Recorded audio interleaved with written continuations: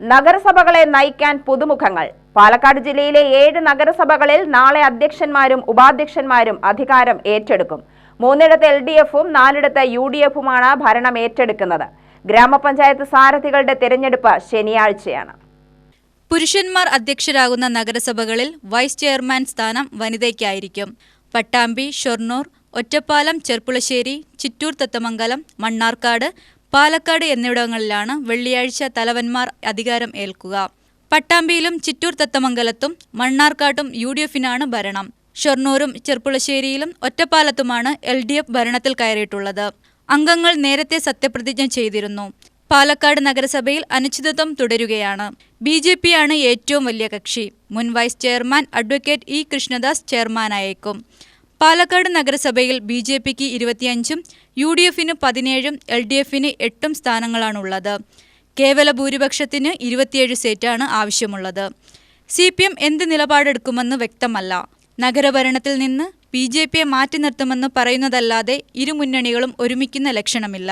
പട്ടാമ്പിയിൽ കോൺഗ്രസിലേക്ക് അടുത്തിടെ തിരിച്ചുവന്ന TP ഷാജി ചെയർമാനാകുമെന്നുറപ്പായി.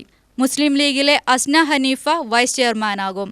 ഇവിടെ UDFിന് 19ഉം LDFിന് 9ഉം BJP-ക്ക് 1 സീറ്റാണുള്ളത്.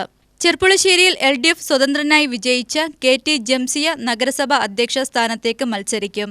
C. ജയകൃഷ്ണൻ ഉപാധ്യക്ഷനാകും. 33 അംഗ നഗരസഭയിൽ 17 സീറ്റാണ് LDFിന്. ചിറ്റൂർ തത്തമംഗലം നഗരസഭയിൽ UDFിന് നല്ല ഭൂരിപക്ഷമുണ്ട്. ചെയർമാനായ DCC വൈസ് പ്രസിഡന്റ് കൂടിയായ സുമേഷ് അച്യുതൻ ചുമതലയേൽക്കും. 10ാം വാർഡിൽ നിന്ന് വിജയിച്ച കൃഷ്ണലീല വൈസ് ചെയർപേഴ്സൺ ആവും. LDFിലെ ജെയിൻ ഹില്ലാരിയോസും സുനിത മുഹമ്മദ് സലീമും യഥാക്രമം ഈ സ്ഥാനങ്ങളിലേക്ക് മത്സരിക്കും. മണ്ണാർക്കാട് മുൻപത്തെ പോലെ മുസ്ലിം ലീഗിനാണ് ചെയർപേഴ്സൺ സ്ഥാനം. കോൺഗ്രസ് വൈസ് ചെയർമാൻ സ്ഥാനം വഹിക്കും. സജീന ചെയർമാനാകും. 1 വർഷത്തേക്ക് തങ്ങൾക്ക് ചെയർമാൻ സ്ഥാനം വേണമെന്ന് കോൺഗ്രസ് ആവശ്യപ്പെട്ടിട്ടുണ്ട്. കോൺഗ്രസിൽ നിന്നുള്ള K. ബാലകൃഷ്ണനാണ് വൈസ് ചെയർമാനാകുക. ഷൊർണൂരിൽ CPM വിമത നിർമ്മലയെ കൂടെ നിർത്തി നഗരസഭാ ഭരണം പിടിക്കാനാണ് CPM നീക്കം. ചുടുവാലത്തൂർ വെസ്റ്റിൽ നിന്നുള്ള CPM അംഗം K. വിനോദായിരിക്കും ഉപാധ്യക്ഷനാകുക. കോൺഗ്രസിലെ സീനയും കൃഷ്ണകുമാറും യഥാക്രമം ഈ സ്ഥാനങ്ങളിലേക്ക് മത്സരിക്കും.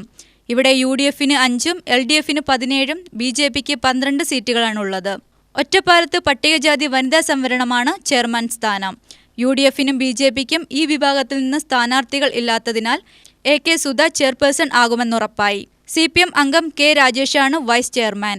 BJP നേതാവ് മണികണ്ഠൻ വൈസ് ചെയർമാൻ സ്ഥാനത്തേക്ക് മത്സരിക്കും. ഒറ്റപ്പാലത്ത് LDFിന് 19ഉം UDFിന് 7ഉം BJP-ക്ക് 12ഉം സീറ്റുണ്ട്. UTV news, Palakkad.